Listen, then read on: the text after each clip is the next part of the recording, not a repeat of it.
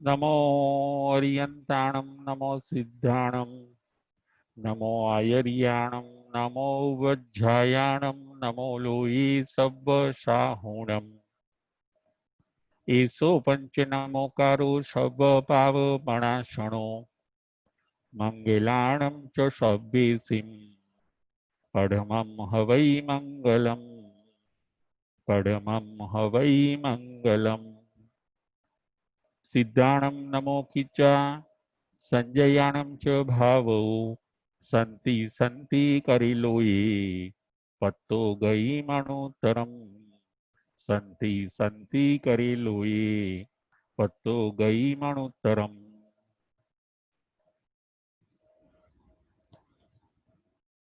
पंच परमेष्ठी भगवंतों ने भावपूर्वक वंदन नमस्कार करीने धर्म प्रेमी श्रावक श्राविकाओ उत्तराध्ययन सूत्र परमात्मानी अंतिम देशना अध्ययन नंबर 5 प्रवचन नंबर 7 अध्ययन नंबर 5 अकाम मरणिजम नामम पंचमम अध्ययनम।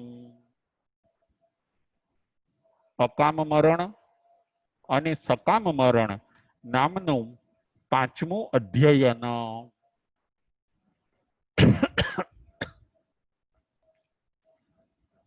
આજના આપણા પ્રવચનનો વિષય છે મૃત્યુ અવશ્યમ ભાવી છે। મૃત્યુ અવશ્યમ ભાવી છે એટલે કે મૃત્યુ દરેકને આવવાનું છે, અવશ્ય આવવાનું છે, ચોક્કસ આવવાનું છે। આ આજે આપણે સમજવાનું છે। પાંચમા અધ્યયનની અંદર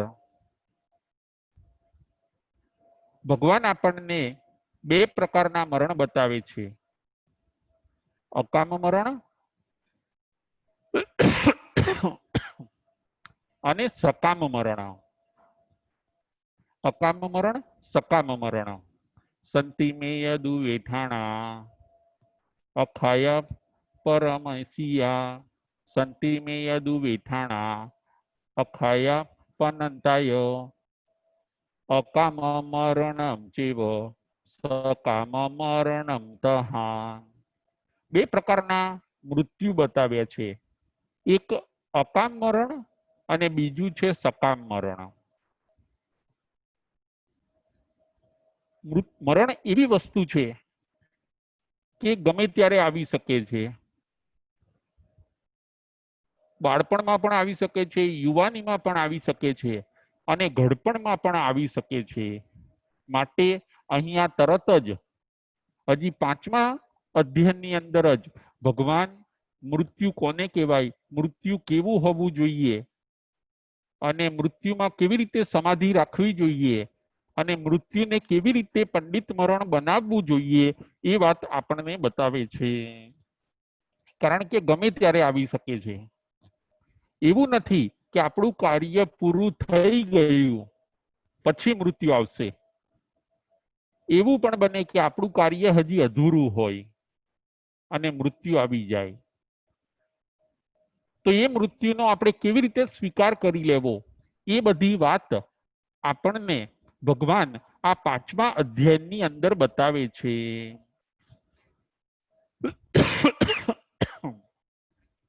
જોજો કોઈક વાર ગર્ભની અંદર પણ માણસનું મૃત્યુ થઈ જાય, કોઈક વાર જન્મ થયો 2-5 દિવસ જીવે, 10 દિવસ જીવે અને મૃત્યુ થઈ જાય। કોઈક વાર એવું બને કે 10 વર્ષે, 15 વર્ષે, 20 વર્ષે હજી યંગ હોય અને મૃત્યુ થઈ જાય। કોઈ વાર એવું બને કે 50 વર્ષે, કોઈ વાર એવું બને કે ઘડપણની અંદર મૃત્યુ થાય અને કોઈક વાર એવું પણ બને છે કે માણસ 100 વર્ષ પૂરા કરે અને પછી એનું મૃત્યુ થાય। મૃત્યુ અવશ્યમ ભાવી છે, મૃત્યુ ગમે ત્યારે આવે છે પરંતુ એ મૃત્યુનો આપણે કેવી રીતે સ્વીકાર કરવો અને પ્રતિકાર ન કરવો એ વાત આજના અધ્યયનની અંદર ભગવાન આપણને બતાવે છે. મૃત્યુના બે પ્રકાર, અકામ મરણ અને સકામ મરણ. અકામ મરણ એટલે અનિચ્છાએ મરવું, ઈચ્છા ન હોય મરવાની, મૃત્યુની ઈચ્છા ન હોય, અનિચ્છાએ મૃત્યુ પામવું, રડતા રડતા અહીંથી જવું, શું કરવું, હવે મારે જવું પડશે, મારે નથી જવું, આ બધું છોડીને મારે નથી જવું, એવું આર્ત ધ્યાન સાથેનું જે મૃત્યુ છે એને કહેવાય છે અકામ મરણ. કામ એટલે ઈચ્છા, અકામ મરણ, ઈચ્છા વગર ગયો. એ આત્મા અહીંથી મૃત્યુ પામ્યો, પરંતુ મૃત્યુની ઈચ્છા નથી, એને જવું પડ્યું હતું એટલે એ ગયો, અનિચ્છાએ અહીંથી એ ગયો. બીજું છે સકામ મરણ. સકામ મરણ એટલે ઈચ્છાથી જવું, જ્ઞાનપૂર્વક અહીંથી વિદાય થવું, સમજણ સાથે બધા જીવોને ખમાવીને, ચાર શરણાનો સ્વીકાર કરીને, ખૂબ આનંદ સાથે, પ્રત્યાખ્યાન સાથે અહીંથી વિદાય થવું, એનું નામ છે સકામ મરણ.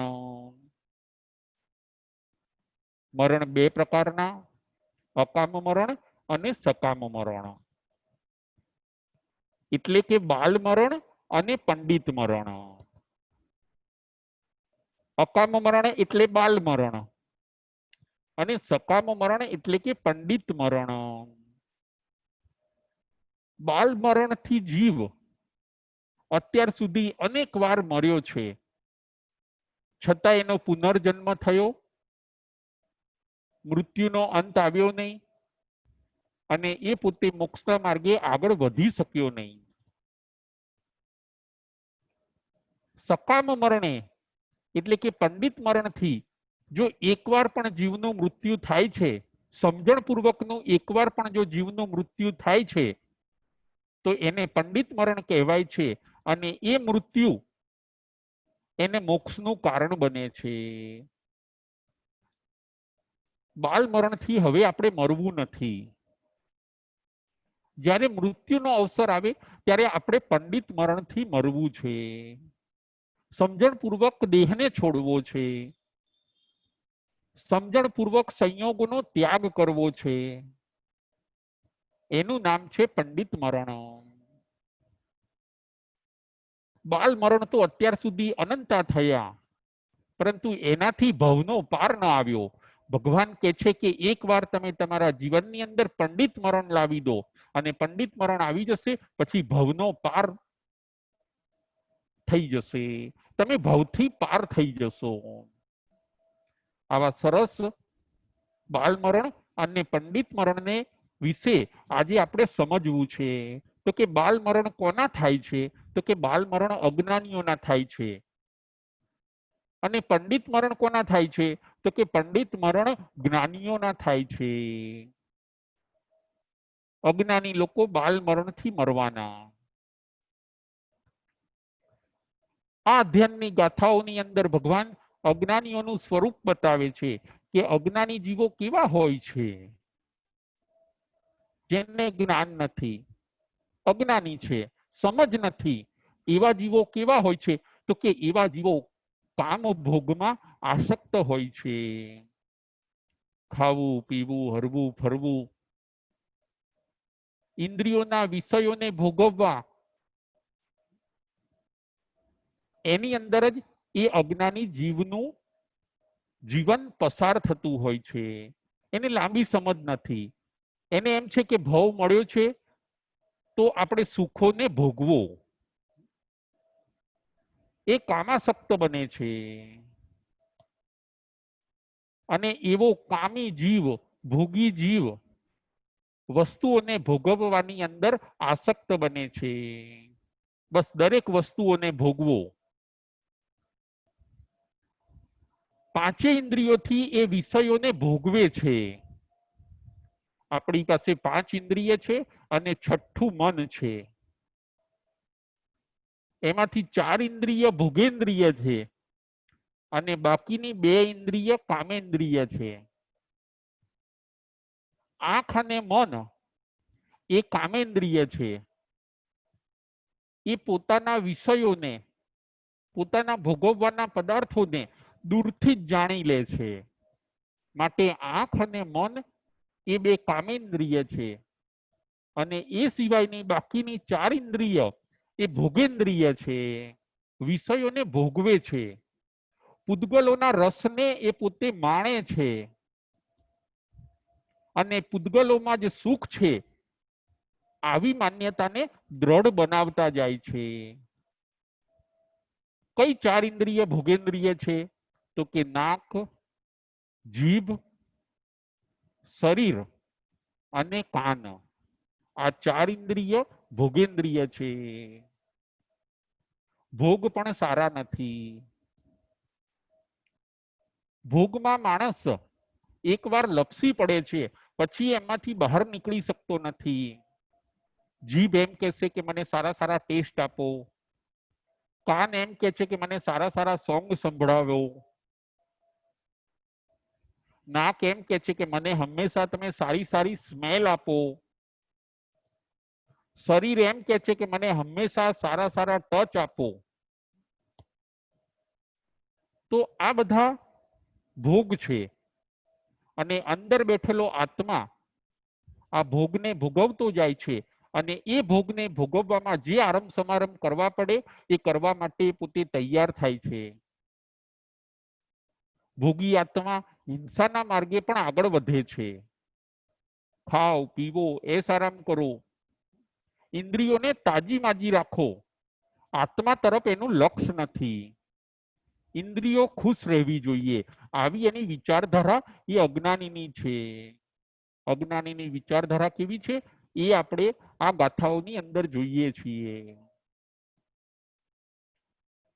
એ પોતે અર્થથી પણ હિંસા કરશે અને અર્થ વગર પણ હિંસા કરશે. ભોગી જીવ હશે એ પોતે છળ કપટ પણ કરશે, જુઠ્ઠું પણ બોલશે, પૈસા પણ એ ભેગા કરશે, કારણ કે ભોગોને પ્રાપ્ત કરવા માટે પૈસાની પણ જરૂર પડે છે. એની વિચારધારા કેવી હોય છે? કોઈ કહેશે કે આ બધા સંસારના પદાર્થોમાં આસક્ત ન બનાય, એને છોડવા જોઈએ, તો એ સરસ આન્સર આપે છે. શું આન્સર આપે છે? કે હથા ગયા ઈમે ગામાં કો જાણે પરેલોએ અથીવા નથી વાપુણો. હાથમાં આવેલા આ કામ ભોગ છોડાતા હશે? જુઓ, અજ્ઞાની જીવ આવું કહે છે, હાથમાં આવેલા આ કામ ભોગ આ બધું છોડાતું હશે? કો જાણે પરેલોએ અથીવા નથી વાપુણો. પરલોક તો છે અથવા નથી એ કોણે જોયું? માટે જે હાથમાં અત્યારે ભોગવવાના સાધનો આવ્યા છે એને ભોગવો. ગાડીનો ઉપયોગ કરીએ, મકાનને ભોગવીએ, દાગીનાને ભોગવીએ, વસ્ત્રોને ભોગવીએ, સારા સારા ગીતો સાંભળીએ, આંખોથી સરસ મજાના ટીવી જોઈએ. આ બધું મળ્યું છે શેના માટે? ભોગવવા માટે. અજ્ઞાનીની આવી વિચારધારા છે. કોઈ કહેશે કે ના, આ બધું છોડો, આ બધું ભોગવશો તો તમારી દશા શું થશે? કોઈક એવો એમને પ્રશ્ન પૂછે કે આ બધું તમે બહુ જ ભોગવશો તો પછી તમારી દશા શું થશે? તો એનો પણ એ જવાબ શું આપે છે, આન્સર શું આપે છે, એ પણ ગાથાની અંદર બતાવ્યું છે કે જણેન સદ્ધિમ હોખામી. જે આખી દુનિયાનું થશે ને એ મારું થશે, પણ મને બધું ભોગવવા દો. જે બધાનું થશે એ મારું થશે. બસ બધા ખાય છે, પીવે છે ને, બધા એસ આરામ કરે છે ને, તો હું પણ એસ આરામ કરું, હું પણ ખાવું પીવું, હું પણ જલસા કરું. મનુષ્યનો ભાવ મળ્યો છે શેના માટે? જલસા કરવા માટે. અજ્ઞાનીની આવી વિચારધારા છે. અને એવો જીવ કામ ભોગની અંદર આગળ વધતો જાય છે. ભગવાન એમ બતાવે છે કે પછી આવા જીવને આયંકેણ પરિતપઈ પછી એ જીવને કોઈક વાર મોટો રોગ થાય છે એ અજ્ઞાની આત્માને. આપણે ત્યાં કીધું છે કે ભોગ છે ત્યાં રોગ છે અને યોગ છે ત્યાં મોક્ષ છે.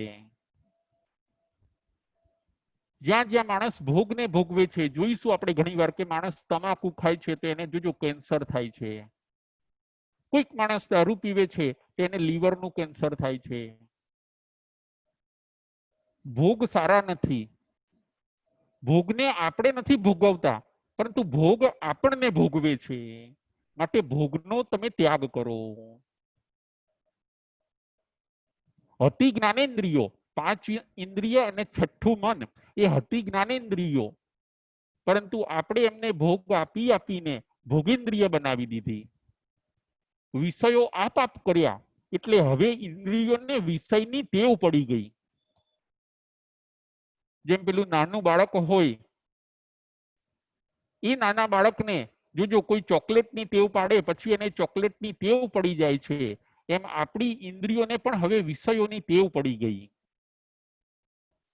કામ ભોગ અને વિષયોમાંથી છૂટવાનું છે, પદાર્થોનું જ્ઞાન કરવાનું છે. આ હતી જ્ઞાનેન્દ્રિયો, પરંતુ એને બનાવી દીધી આપણે ભોગેન્દ્રિય. પદાર્થોનું જ્ઞાન કરો, એને જોવો, એને જાણો, જરૂર પૂરતું કામ ચલાવું, તમે એ પદાર્થનો ઉપભોગ કરો, પરંતુ એમાં સુખ બુદ્ધિ તમે ન માનો. અજ્ઞાન છોડવા માટે ભગવાન આપણને આ અધ્યયનની અંદર આ બધી ગાથાઓનું વર્ણન બતાવે છે. પછી અજ્ઞાની જીવને રોગ થાય છે, અને રોગ થાય છે પછી બહુ મોટા રોગ થાય ઘણી વાર, અને મોટા રોગ થાય પછી અજ્ઞાની ભયભીત બની જાય છે કે ઓહો, હવે મને આવો રોગ આવી ગયો, હવે તો મારું મૃત્યુ થશે. ગભરાઈ જશે, મારું મૃત્યુ થશે, પછી હું આ બધું મારે છોડીને જવાનું. આ મેં ભોગવું શેના માટે કર્યું હતું? ભોગવવા માટે મેં ભેગું કર્યું હતું, અને હવે હું ભોગવી નહીં શકવાનો. અને પછી એ જીવ આર્ત ધ્યાન રૌદ્ર ધ્યાનમાં જાય છે. એ માઇન્ડ નું બેલેન્સ ગુમાવે છે. મારે નથી જવું, ગમે તેમ કરો, આ રોગથી મને મુક્ત કરાવો, મારે જીવવું છે, મારે જવું નથી. આવા વિચારોની અંદર એ અજ્ઞાની આત્મા ખોવાઈ જાય છે. બહુ ઊંચી ટ્રીટમેન્ટ લેશે, જીવવું છે, જવું નથી, ડોક્ટરોને બોલાવો, સ્પેશિયાલિસ્ટને બતાવો, આ રોગને પાછો કાઢો, અને મૃત્યુ તો આવવું જ ના જોઈએ. આ બધી એની વિચારધારા, અને જવું નથી, અને આવી ઈચ્છા એ પણ કોઈ પણ વગરના પચખાણ વગર, કોઈ પણ વગરના જ્ઞાન વગર, અનિચ્છાએ એ આત્મા પરલોકની યાત્રાએ ઉપડી જાય છે, મૃત્યુ પામે છે, અને એને કીધું બાલ મરણ. બાલ એટલે અજ્ઞાન, એનું મરણ પણ કેવું થયું? અજ્ઞાન ભર્યું થયું, એને કહેવાય છે બાલ મરણ. હવે પંડિત મરણ શું એ આપણે જોઈએ. પંડિત મરણ કોનું થાય છે? બાલ મરણ અજ્ઞાનીનું થાય છે, પંડિત મરણ જ્ઞાનીઓનું થાય છે. જ્ઞાનીની વિચારધારા શું હોય છે? જ્ઞાનીની વિચારધારા એમ હોય છે કે ભોગના ત્યાગની અંદર સુખ છે. ભોગનો જરૂર પૂરતો ઉપભોગ કરીએ અને ભોગને છોડીએ, ત્યાગની અંદર આપણે રહીએ, સંયમની અંદર રહીએ, આત્માનું લક્ષ્ય કેળવીએ અને આગળ વધીએ. એ છે જ્ઞાની પુરુષો. અને આવા જે સજાગ જ્ઞાની પુરુષો છે એનું પંડિત મરણ થાય છે અંતિમ સમયે. આપણો પણ અંતિમ સમય આવવાનો છે, અને એ વખતે આપણે પંડિત મરણથી મરવાનું છે, નહીં કે બાલ મરણથી આપણે મરવાનું છે. જ્ઞાનીઓના પંડિત મરણ થાય છે. આ ગાથાઓની અંદર ભગવાને સરસ બતાવ્યું કે કોઈક જ્ઞાની હોવાનો ડોળ કરે, કોઈ ત્યાગી હોવાનો ડોળ કરે, કોઈ ખાલી જટાધારી હોય, ખાલી તીલા ટપકા કરી લે, તો એમ કરવાથી એ પોતે પંડિત મરણને પ્રાપ્ત કરી શકે છે, દુર્ગતિને અટકાવી શકે છે, એવું બની શકતું નથી. જે સાચા જ્ઞાની છે, સાચા શ્રાવક છે અને સાચા સાધુ સંતો છે, એ જ પંડિત મરણથી મૃત્યુ પામે છે. સાચા જ્ઞાની, રિયલ. ગાથાઓની અંદર એમ પણ બતાવ્યું કે શ્રાવક પોતે પાખીના 2 પૌષધ કરતા હોય, રોજ સામાયિક કરતા હોય, અને જો 12 વ્રત આદરેલા હોય તો આવા શ્રાવક પોતે પંડિત મરણ પામીને દેવલોકની અંદર જાય છે. શ્રાવકની ગતિ દેવલોકની. અને જે સાચા સાધુ છે, જે છકાઈના પિયર છે, છકાઈના રક્ષક છે, અને જે રિયલમાં સાધુ સંતો છે, એ પોતે કાળધર્મ પામીને એમની 2 ગતિમાં જાય છે. જો શેષ કર્મ બાકી રહ્યા હોય તો દેવલોકની અંદર જાય છે, અને જો શેષ હવે કોઈ કર્મ બાકી ન રહ્યા હોય તો એ સીધા મોક્ષમાં જાય છે.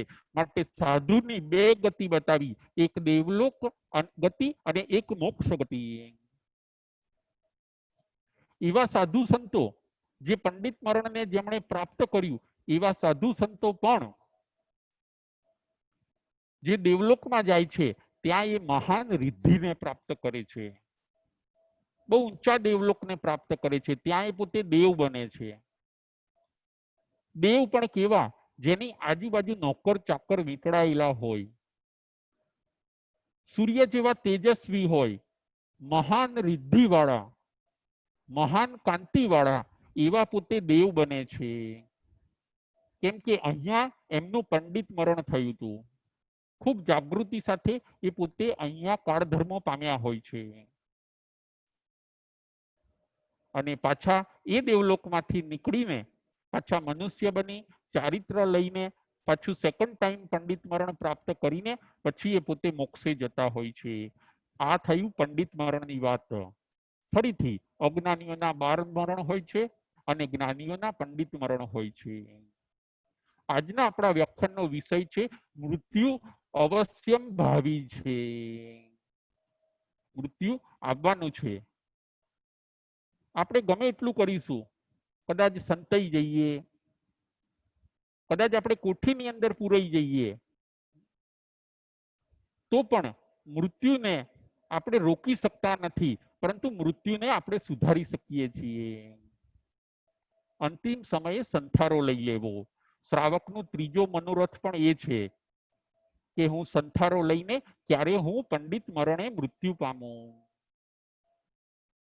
અંતિમ સમય નજીક આવે, આ બંને મરણની તુલના કરીને છેલ્લે અધ્યાયની અંદર કહે છે કે આ બંને મરણની તુલના કરીને આપણે પંડિત મરણથી મરવાનું છે, મૃત્યુથી ગભરાવાનું નથી. જેમ જેમ મૃત્યુ કે વૃદ્ધાવસ્થા આપણી નજીક આવે એમ એમ આપણે જ્ઞાન વધારવાનું છે. ફરીથી બાલ મરણ કોના કોના છે? તો કે જે અજ્ઞાન અવસ્થાથી મૃત્યુ પામે છે એમના બાલ મરણ છે. કોઈ રડતા રડતા મૃત્યુ પામે, કોઈ જમતા જમતા, કોઈ એક્સિડન્ટમાં મૃત્યુ પામી ગયું, કોઈ કે સુસાઇડ કર્યું, તો એ થયું બાલ મરણ. કોઈક માનો કે એક્સિડન્ટથી મરી ગયું, તો એ છે બાલ મરણ. કોઈક પચખાણ વગર, કોઈ પણ વગર આરાધના વગર, ભગવાનનું નામ સાંભળ્યા વગર ઓફ થઈ ગયું, તો એ છે બાલ મરણ. આપણે આપણું બાલ મરણ નથી કરવાનું, પરંતુ આપણે આપણું પંડિત મરણ કરવાનું છે. હવે પંડિત મરણ એટલે શું? તો કે મૃત્યુનો સમય નજીક હોય. હવે જીવનમાં પ્રેક્ટિકલ કઈ રીતે મૂકવું એ વાત આપણે કરીએ કે મૃત્યુનો સમય નજીક હોય અને આપણને એમ લાગે કે હવે મૃત્યુનો સમય નજીક છે, ત્યારે આપણે આલોવી પડીકમે નિંદી નિશ્ચલ્ય થઈને બધા જીવોને ખમાવી લેવા. મૃત્યુનો સ્વીકાર કરવો, મૃત્યુનો આદર કરવો. મૃત્યુનું મૃત્યુ થાય એનું નામ પંડિત મરણ. આપણે મૃત્યુનું મૃત્યુ કરવાનું છે, નહીં કે મૃત્યુથી ડરવાનું છે. આપણે આલોવી પડીકમે નિંદી નિશ્ચલ્ય થઈને બહુ જાગૃત બનવાનું. મૃત્યુ આવે આપણે સ્વસ્થ બેસવાનું, ચારે આહારનો ત્યાગ કરવાનો, 18 પાપસ્થાનકનો ત્યાગ કરવાનો, મેડિકલ ટ્રીટમેન્ટને પણ બધી સાઈડમાં કરવાની, રડવાનું નહીં, સંયોગોનો સહર્ષ ત્યાગ કરવાનો, બધી વસ્તુને વોસરાવી દેવાની, 84 લાખ જીવાયોનીના જીવોને ખમાવી લેવાના, 4 શરણાને અંગીકાર કરવાના અને ખૂબ સ્વસ્થતાથી નવકાર મંત્ર ગણવાના.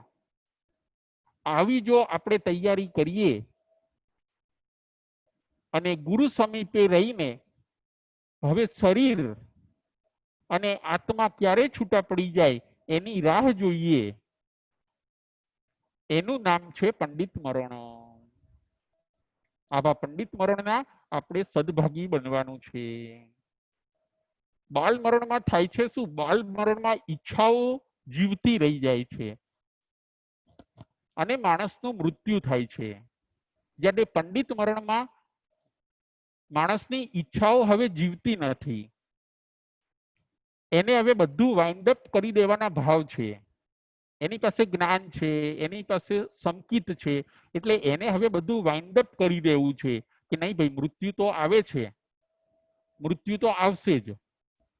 હવે મારે આ બધું પ્રેમથી છોડી દેવાનું છે, કોઈ આર્ત ધ્યાન રૌદ્ર ધ્યાન કરવાનું નથી.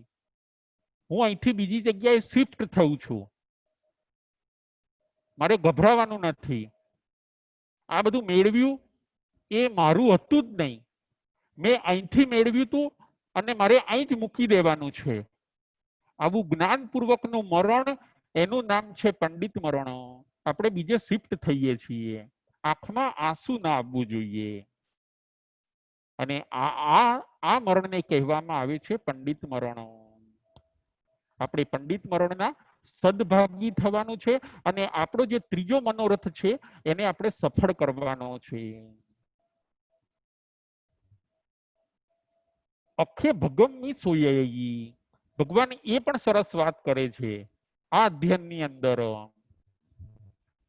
કે જે માણસ પોતે રાજમાર્ગને છોડીને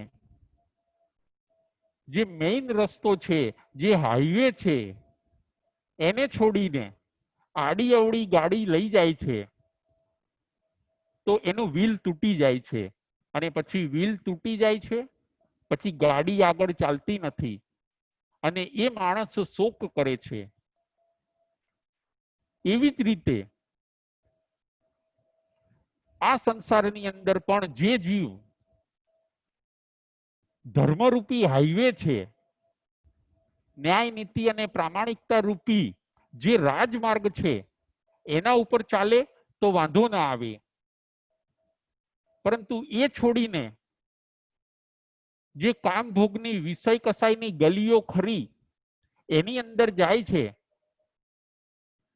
અને પછી પોતે ત્યાં આગળ અટકી જાય છે, પછી ગભરાઈ જાય છે અને ત્યાં પોતાનો વ્હીલ તૂટી જાય છે, પછી એ શોકને પ્રાપ્ત કરે છે અને પછી પસ્તાય છે કે હું આ રસ્તે ક્યાં આવ્યો. માટે હંમેશા ભગવાને એમ કીધું કે આ વિષય કસાઈની ગલીઓ કેવી છે કે એ આપણને એ ગલીની અંદર આપણે પાર ઉતરી શકતા નથી. જો આપણે મંજિલે જવું છે તો આપણે રાજમાર્ગ ઉપર ચાલવું જોઈએ. જો આપણે બહુ દૂર જવું છે તો આપણે હાઈવે પકડવો જોઈએ અને એ હાઈવે છે ન્યાય નીતિનો માર્ગ, પ્રામાણિકતાનો માર્ગ. એના ઉપર તમે તમારા જીવનરૂપી ગાડીને ચલાવો. ન્યાય નીતિ અને પ્રામાણિકતાના પથ ઉપર તમે તમારા જીવનરૂપી રથને હંકારો, પરંતુ આ વિષય અને કસાઈની ગલીઓની અંદર ઘૂસવા જેવું નથી.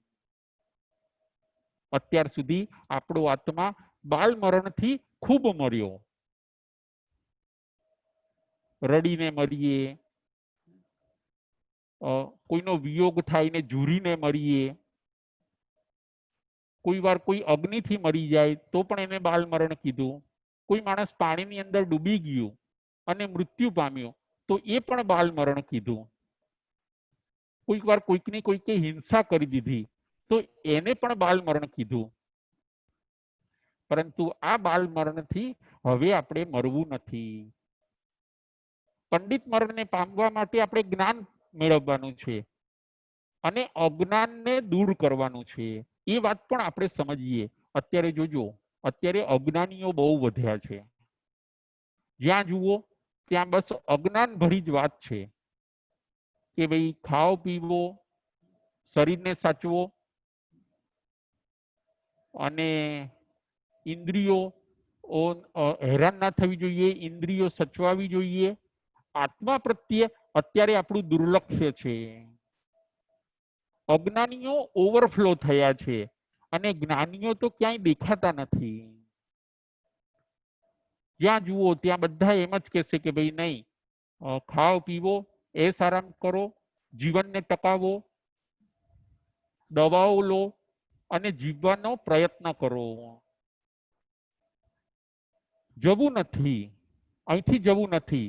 અહીંયા આપણે કાયમી રહીએ અને આપણે વધારે જીવીએ અને વધારે ભોગોને ભોગવીએ, આવી અત્યારે જીવની ભાવના થઈ ગઈ છે કે નહીં ભાઈ હું વધારે જીવું અને જે મેં બધું ભેગું કર્યું છે એને હું વધારે ભોગવું. આ અજ્ઞાનના ભાવોને દૂર કરવાના છે અને જ્ઞાનના ભાવ લાવવાના છે. જ્ઞાનનું અવલંબન લેવાનું છે. શ્રુત જ્ઞાનનું આપણે અવલંબન લેવાનું છે. અજ્ઞાનના ભાવોમાં અત્યારે શું થાય છે કે જોજો, આપણે દરેક જણને અત્યારે એવો વિચાર હશે કે ભાઈ 3 વસ્તુ વધારો. એક તો બ્રેન, એક બોડી, એટલે કે આપણું શરીર બરાબર રહેવું જોઈએ, શરીર નિરોગી રહેવું જોઈએ, શરીર હૃષ્ટપુષ્ટ રહેવું જોઈએ. બોડી વધવી જોઈએ, બ્રેન આપણું વધવું જોઈએ, આપણી બુદ્ધિ વધવી જોઈએ. આ અજ્ઞાનીની વિચારધારા છે. બોડી, બ્રેન અને બિઝનેસ, આ 3 વસ્તુ વધારો. સદબુદ્ધિ ન વધે તો વાંધો નથી. અજ્ઞાનીની વિચારધારા આવી છે. બોડી વધવી જોઈએ, આપણું બ્રેન વધવું જોઈએ અને આપણો બિઝનેસ વધવો જોઈએ. અજ્ઞાનીની વિચારધારા આવી છે. જ્ઞાનીની વિચારધારા એનાથી સાવ જુદી છે. જ્ઞાની કે છે કે નહીં ભાઈ આપણે સદબુદ્ધિ વધારો, સંયમ વધારો, સાદાઈ વધારો, સંસ્કાર વધારો, આપણા આત્માનું સુંદર ઘડતર કરો. જ્ઞાનીની કંઈક વિચારધારા આવી છે.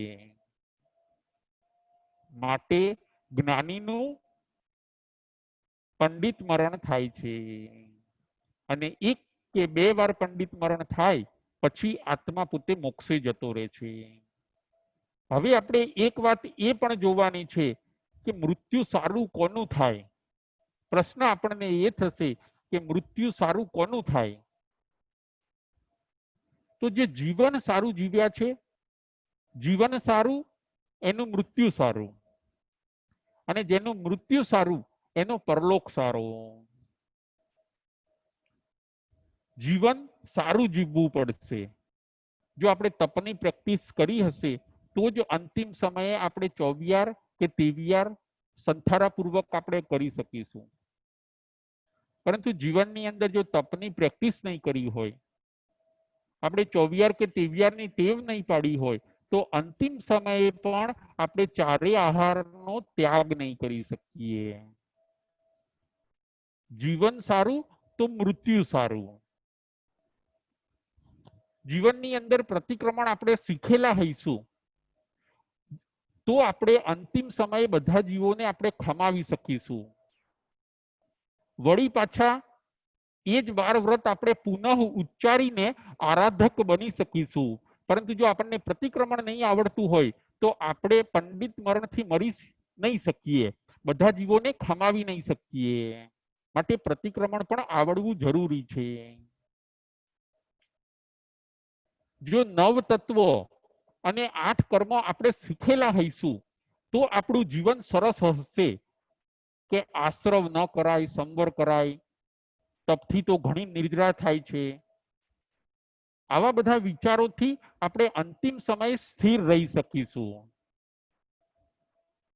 મૃત્યુ સમયે આપણે ગભરાઈ નહીં જઈએ. 9 તત્વનું જ્ઞાન હશે, 8 કર્મનું જ્ઞાન હશે, પ્રતિક્રમણ આવડતું હશે અને જો તપની પ્રેક્ટિસ હશે તો એ આત્મા મૃત્યુને મહોત્સવ બનાવે છે. એ મરતો નથી પરંતુ એ મૃત્યુને મારે છે.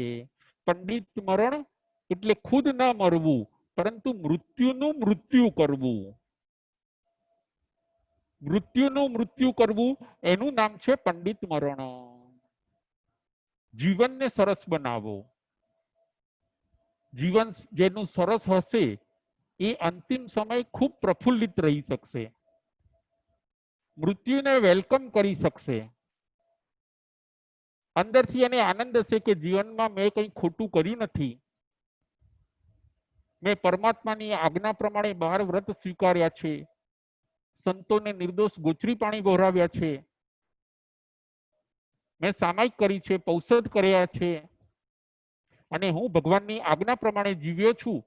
હવે મૃત્યુ આવે તો પણ મને વાંધો નથી, હું બરાબર પ્રિપેર એટલે કે તૈયાર જ છું.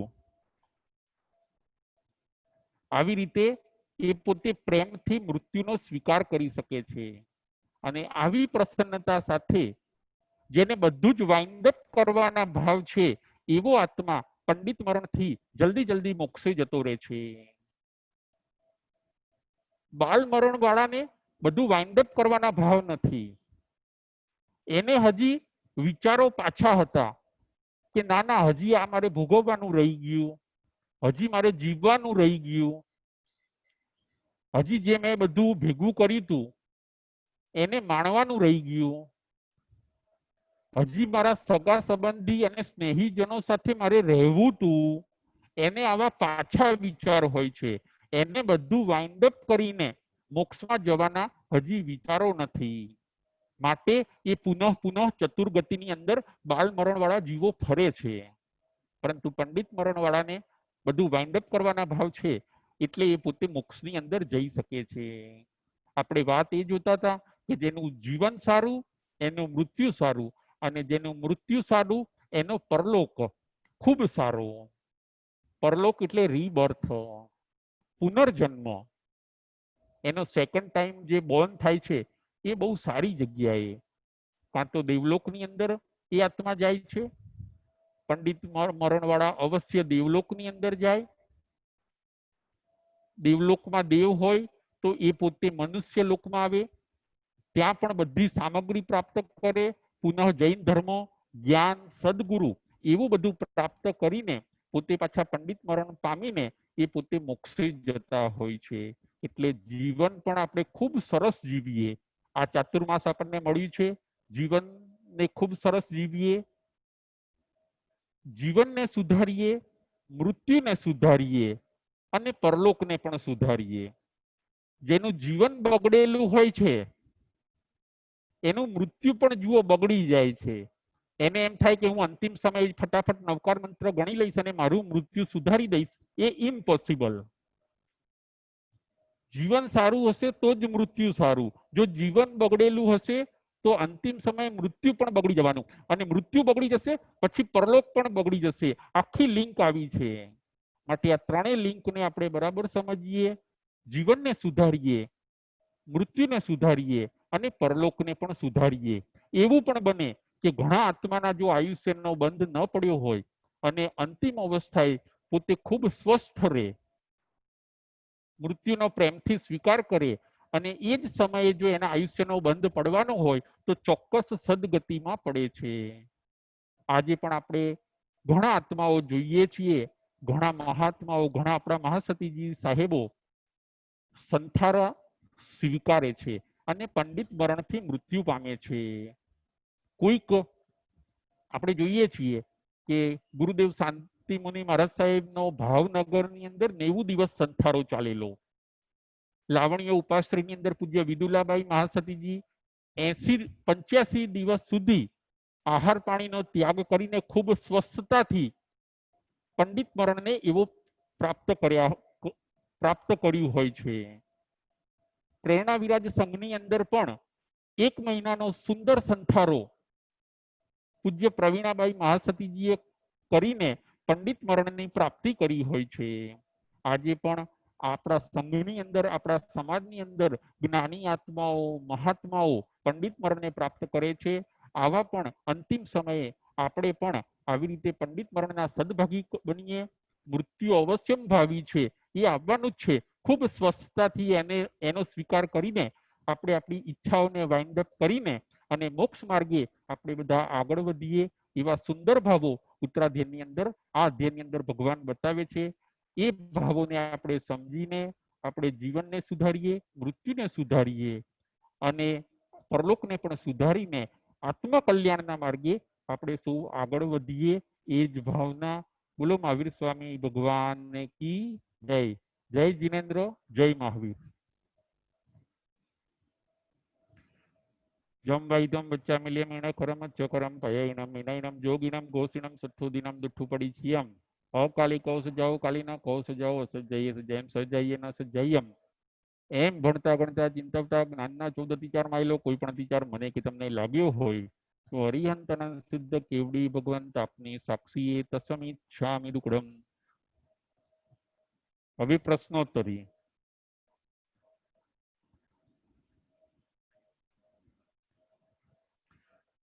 કોઈને પ્રશ્ન પૂછવાના હોય એ પોતે અંગૂઠો ઊંચો કરશે.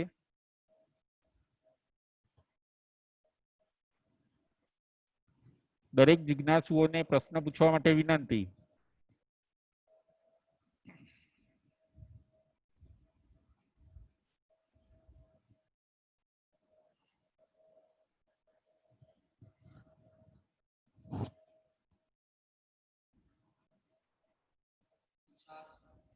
તુષારભાઈ શાહ.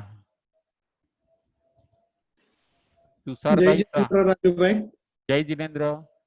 આપે એમ કીધું કે જે આપઘાત કરે છે એનું બાલમરણ હોય. હા, પણ એ આયુષ્ય બંધને હિસાબે પણ બાલમરણ થતા હોય ને? બરાબર છે. પહેલાનું જે આયુષ્ય બંધ હોય, હા, એને હિસાબે પણ બાલમરણ થતા હોય તો એ પંડિત મરણ ન કરાવી શકે ને? બરાબર છે. ના, આ બાલ મરણ કે પંડિત મરણ એ જ શું છે કે આપણા હાથની વાત છે. આયુષ્ય પૂરું થવું એ આપણા હાથની વાત નથી, પરંતુ આયુષ્યને આપણે બાલ મરણ બનાવવું કે પંડિત મરણ બનાવવું એ આપણા એ પુરુષાર્થની વાત છે. એ પોસિબલ છે, આપણે કરી શકીએ. પરંતુ ઘણીવાર જે સુસાઇડ કરે છે તો એ શું હોય કે કોઈક વસ્તુથી ગભરાઈ ગયા હોય, માનો કે કોઈ ટેન્શનથી કે કોઈ વસ્તુથી ગભરાઈ ગયા હોય, બહુ નારાજ થઈ ગયા હોય, નાસીપાસ થઈ ગયા હોય અને આર્ત ધ્યાન અને રૌદ્ર ધ્યાનની માત્રા વધારે એની અંદર હોય છે, ત્યારે જ એવું પગલું ભરી શકે. જો ધર્મ ધ્યાન હોય, ધર્મ ધ્યાનની પ્રધાનતા હોય તો એવું પગલું ન ભરે પોતે. એટલે વ્યવહારથી એમ કહી શકાય કે નિશ્ચયથી તો કેવલી ભગવાન જાણે, પરંતુ વ્યવહારથી એમ કહી શકાય કે જે કોઈ આવી રીતે સુસાઇડ કેવું કરે છે પોતે, તો એને બાલ મરણ કહેવાય. કારણ કે આવા કિંમતી મનુષ્ય ભાવને જે ફેલ કરી કાઢે છે તો અજ્ઞાન દશા જ થઈ એની. અને બાલ એટલે અજ્ઞાનપણું. નહીતર કોઈ જો જાણકાર માણસો હોય, બહુ જ્ઞાની માણસો, એ મનુષ્ય ભાવને ફેલ ન કરે, ગમે એટલી તકલીફ પડે તો પણ. એને આપણે ત્યાં જુઓ, ગમે એટલા દુઃખ પડે તો એક જ્ઞાની પુરુષ પોતે જીવશે. એવું નહીં કે હું સુસાઇડ કરી દઉં. એટલે એને જે સુસાઇડ કર્યું એ જ બતાવે છે કે એની પાસે અજ્ઞાન છે. જો જ્ઞાન હોત તો એ પોતે આવું ન કરત પોતે.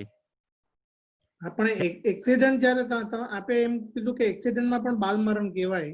હા, તો એક્સિડન્ટ તો સામેવાળા થકી પણ થાય છે ને? હા, બહુ સરસ આપે ક્વેશ્ચન કર્યો.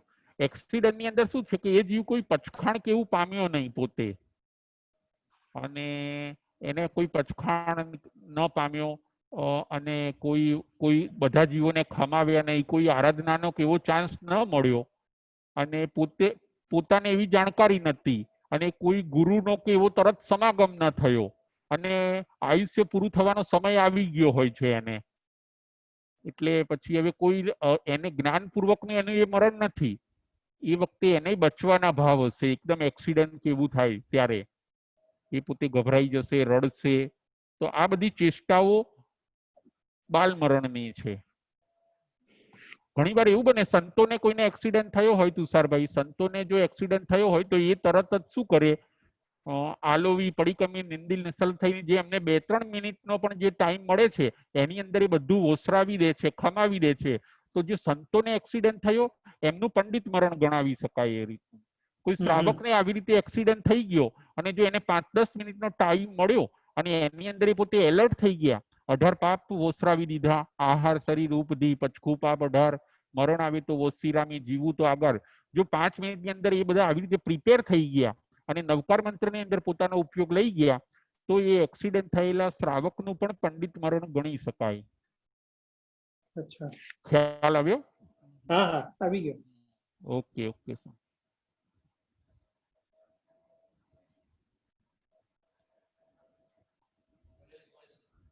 પરેશભાઈ શાહ.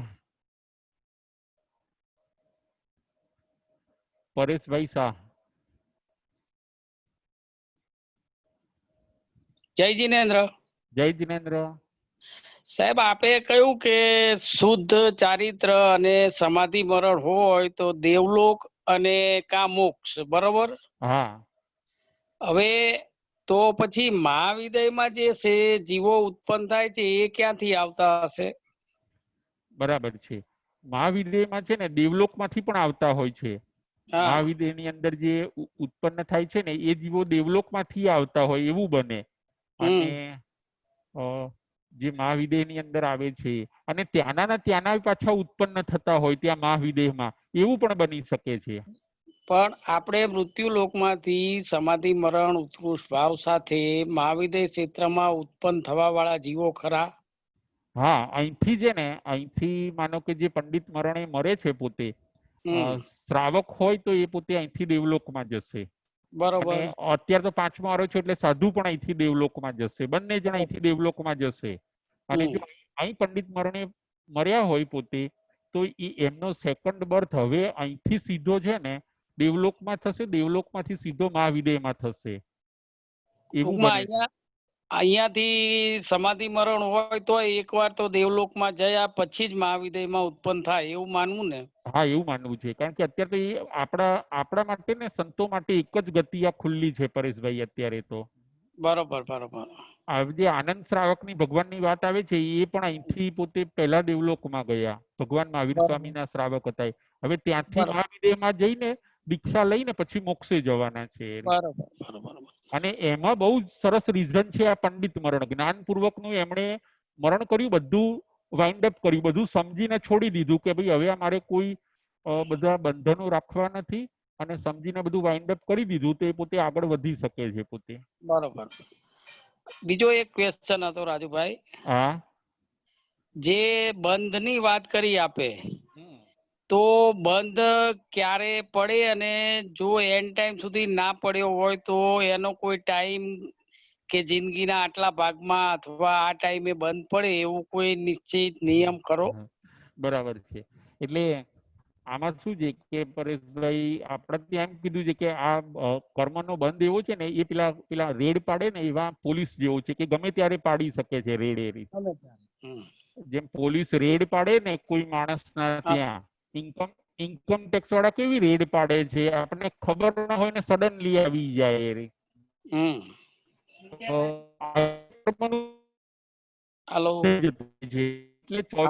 એટલે 24 કલાક આપણે સરસ જાગૃત રહેવાનું આપણને શાસ્ત્રકાર બતાવે છે કે તમે જાગૃતિ એવી રીતે સરસ રાખો, એવા સારા ભાવમાં રહો કે ગમે ત્યારે બંધ પડવાનો હોય, તમે જો શુભમાં હશો તો તમારો સારો પડી જવાનો છે કે એ તો બરોબર ઇન્કમ છે, ટેક્સ. પણ જનરલી સાંભળવા એવું આવ્યું હોય કે ભાઈ બને ત્યાં સુધી બીજા ભાગમાં પડે, નહીતર પછી એન્ડ ટાઈમે હા પડે બરાબર એમ. છે. આયુષ્યનો 1/3 ભાગ બાકી હોય ત્યારે આયુષ્યનો બંધ પડતો હોય છે, હા હા અને એમાંય ન પડ્યો તો પછી જે બચ્યું છે એના 1/3 માં પડતો હોય છે. બરોબર બરોબર. એમાંય જો ન પડ્યું તો પછી જે બચ્યું એના 1/3 માં. અને ક્યારેય જો આયુષ્યનો બંધ ન પડ્યો હોય તો છેલ્લું અંતિમ અંતર મુહૂર્ત ખરું ને, ત્યારે હા આયુષ્યનો બંધ પડે છે. બરોબર એટલે આપણા ત્યાં અંતિમ સમય તરત જ નવકાર મંત્ર કે એવું આપણે સંભળાવવા લાગીએ છીએ કે જો એ અંતિમ સમય હજી એનો બંધ ન પડ્યો હોય તો બરોબર. એ આત્મા નવકારમાં ને એમાં જશે ને, તો એકવાર કદાચ આખી લાઈફ ધર્મ નહીં કર્યો હોય, પરંતુ અંતિમ સમયે જો ધર્મ કરશે તો પણ એની સદગતિ એને મળી જતી હોય છે તાત્કાલિક. સરસ. ચાલો, જય જિનેન્દ્ર. જય જિનેન્દ્ર, થેન્ક યુ.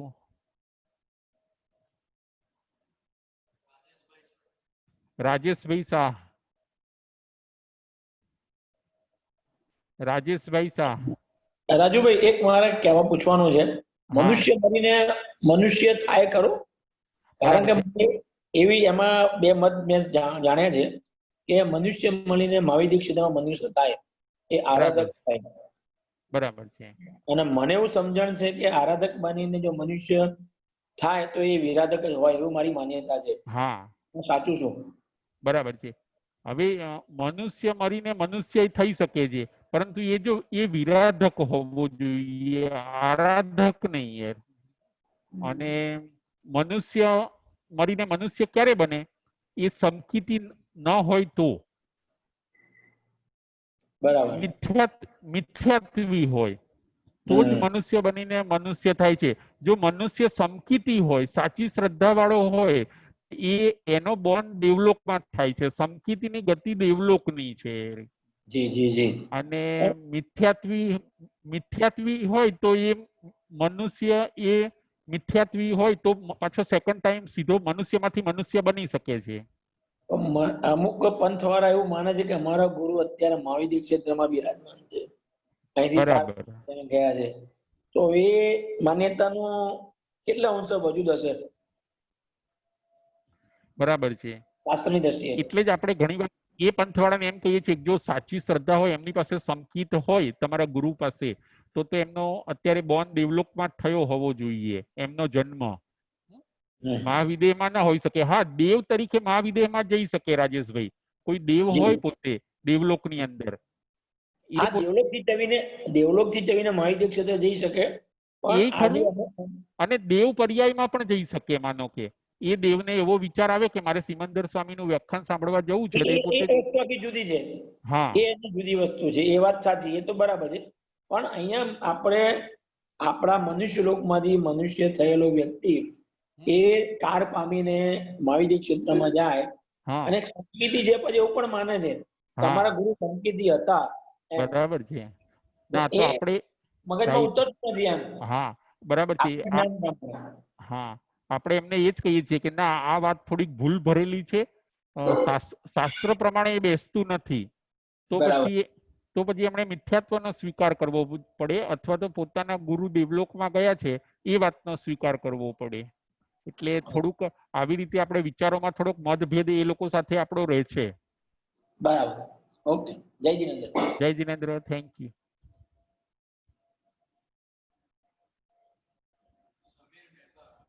સમીરભાઈ મહેતા.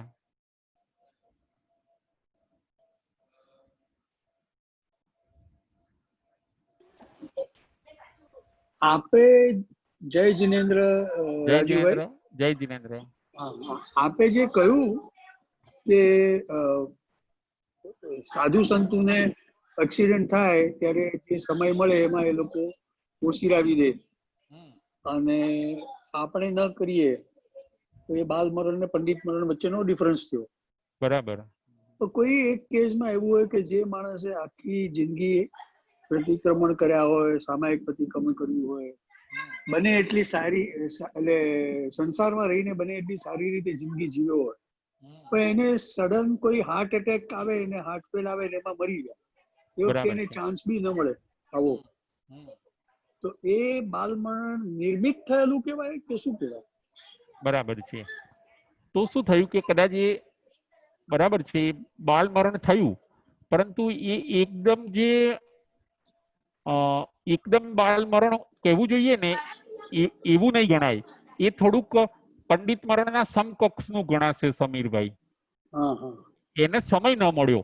બાકી આપે સમય કીધું એવી રીતે, હા આપે કીધું એવી રીતે કે આખી જિંદગી એને સામાયિક પ્રતિક્રમણ ને એવું તો બધું કરેલું છે. હા એટલે એની પાસે જ્ઞાન હતું, વ્રત હતા. વ્રત એટલે હતા, ધન હતું. હા જ્ઞાન હતું ને વ્રત હતા. એટલે પછી ભલે એનું બાળ મરણ થઈ ગયું, પરંતુ એ આત્મા વ્રતમાં ને જ્ઞાનમાં અહીંથી ગયો છે. એટલે હવે એનું એક બાળ મરણ ખરું, પરંતુ પંડિત મરણ જેવું એને ગણી શકાશે થોડુંક. ખ્યાલ આવ્યો હા, સમીરભાઈ? હવે આવી રીતે એક જણે મને કહ્યું એને બાલ પંડિત મરણ કે એ શું છે, એવું કઈ છે? હા બાલ બરાબર મરણ, છે. બાલ મરણ, પંડિત મરણ અને બાલ પંડિત મરણ. બરાબર છે. એટલે બાળ પંડિત મરણ એટલે આપે કીધું એવી રીતે કહી શકાય. અથવા તો જે શ્રાવકનું હોય છે ને, માનો કે થોડાક એને શ્રાવકનું બાલ પંડિત મરણ પણ કહેવામાં આવે છે કે શ્રાવકને પોતે થોડો એને મોહ માયા પણ હશે, અને થોડુંક એની પાસે જ્ઞાન પણ છે. એને જો જીવાય તો જીવવું છે, અને કદાચ જવાનું થાય તો એની પણ તૈયારી છે. આવા જો મિક્સ ભાવ હશે ને, તો એવા મરણને બાલ પંડિત મરણ કહ્યું છે. એટલે સાવ અજ્ઞાની નહીં કે ટોટલ જ્ઞાની નહીં, એમ વચ્ચે. હા રાઈટ, હા રાઈટ. અને સંતોનું પંડિત મરણ અને સાવ અજ્ઞાની માણસનું બાલ મરણ. આવી રીતે 3 ટાઈપના મરણ બતાવ્યા.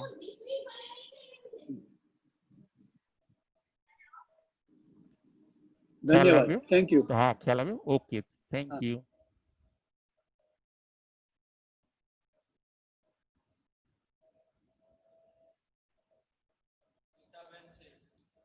નીતાબેન શેઠ.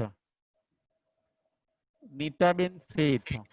હા રાજુભાઈ, હા જય જિનેન્દ્ર. જય એક જિનેન્દ્ર. પ્રશ્ન તો નથી, પણ એક સજેશન એ છે કે આ બધાને જે ઈમેલ થી રજીસ્ટ્રેશન નું છે ને, હા એટલે જે લોકોની પાસે ઈમેલ નથી ને એ લોકો રજીસ્ટ્રેશન નથી કરાવી શકતા. બરાબર છે, તો બરાબર છે. એવું કઈ વિચારો ને કે વધુ લોકોને લાભ મળે. રાઈટ રાઈટ, બરાબર છે. ના, એ જરૂર વિચારીશું, ચોક્કસ. અમદાવાદમાં છે ને રજીસ્ટ્રેશન વગર આઈડી અને આપી દે છે, એટલે એવી રીતે જોઈન્ટ થઈ જવાનું હોય છે એમાં. Right right. એટલે એવું આપણામાં થતું હોય ને, તો ઘણા બહેનોની પાસે ઈમેલ આઈડી નથી. મેં ઘણા ગ્રુપમાં મૂક્યું, પણ બધાનો આ જ પ્રશ્ન છે. બરાબર બરાબર. એટલે ના, એના માટે ચોક્કસ કંઈક વિચારી લઈશું, અને પછી થઈ શકે અને વધારે એ લોકો પ્રશ્ન પૂછી શકે એવું આપણે જરૂર ગોઠવીશું. હા હા, જય જિનેન્દ્ર.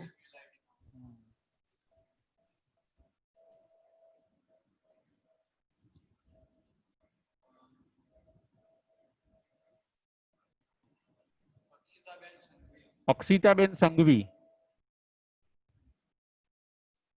અક્ષિતાબેન સંઘવી. પ્રણામ સર. પ્રણામ. સર, હવે પૂછવું તું, ધરતીકંપ જેવું વસ્તુ આવે સપોઝ, એ વખતે હા આપણે સામાયિકમાં હોઈએ હા અને આપણું મૃત્યુ થાય છે, હા અને પછી જ્યારે નીકળે ત્યારે હા બી મોઢા ઉપર મુપત્તિ સાથે આવે, હા તો પંડિત મરણ ગણાય? હા, એમનું પંડિત મરણ થયું. જે સામાયિક ની અંદર ગયા ને, હમ. એમને બધો 6 કોટીએ બધો ત્યાગ હતો. એમને 6 કોટી કે 8 કોટીએ બધો ત્યાગ હતો. એટલે એમનું પંડિત મરણ ગણાય, અને ખૂબ સારા ભાવની અંદર એ પોતે ગયા, એમ કહી શકાય. બરાબર. અને સર, આવા સંજોગોમાં ધરતીકંપ કેવું કંઈ આવે સડન, તો એ વખતે આપણે નૌકારથી સ્ટાર્ટ કરવું જોઈએ કે પહેલા બધું વોસરાવી દેવું જોઈએ ને પછી નૌકાર ચાલુ કરવા હા, જોઈએ? પેલા આ મુસીબત કોઈ બી આવે ને ત્યારે પેલા સંથારો લઈ લેવાનો. એ રીતનો આપણે કહીએ અચ્છા, છીએ ને. હા, આહાર શરીર ઉપદીપત ખૂબ હા. મરણ આવે તો ઓસિરામી જીવાવ તો આગળ. અને હમ. સંથારો પહેલા લઈ લેવાનો, પછી 4 શરણા અંગીકાર કરવાના, અને પછી જે બચ્યો એ ટાઈમ આવે નૌકાર મંત્રની ધૂન ચલાવવાની પછી. Okay, thank you sir. પ્રણામ સર. પ્રણામ.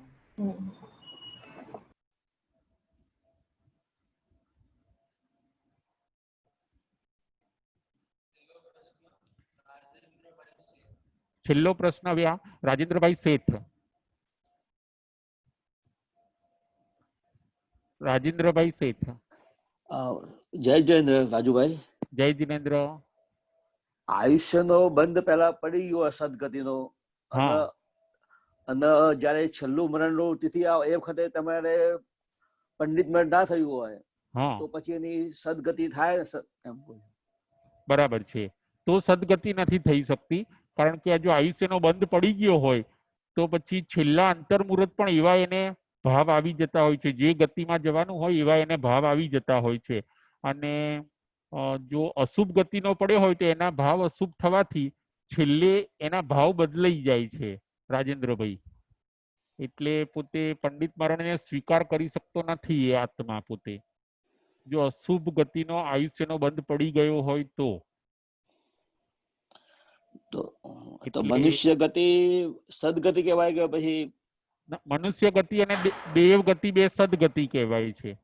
અને નરક અને તિર્યક પછી આપણો મહાવિદ્ય ક્ષેત્રમાં મનુષ્ય તરીકે જન્મ કેમ ના થાય તો પછી એ સદગતિ ગણાતી હોય તો?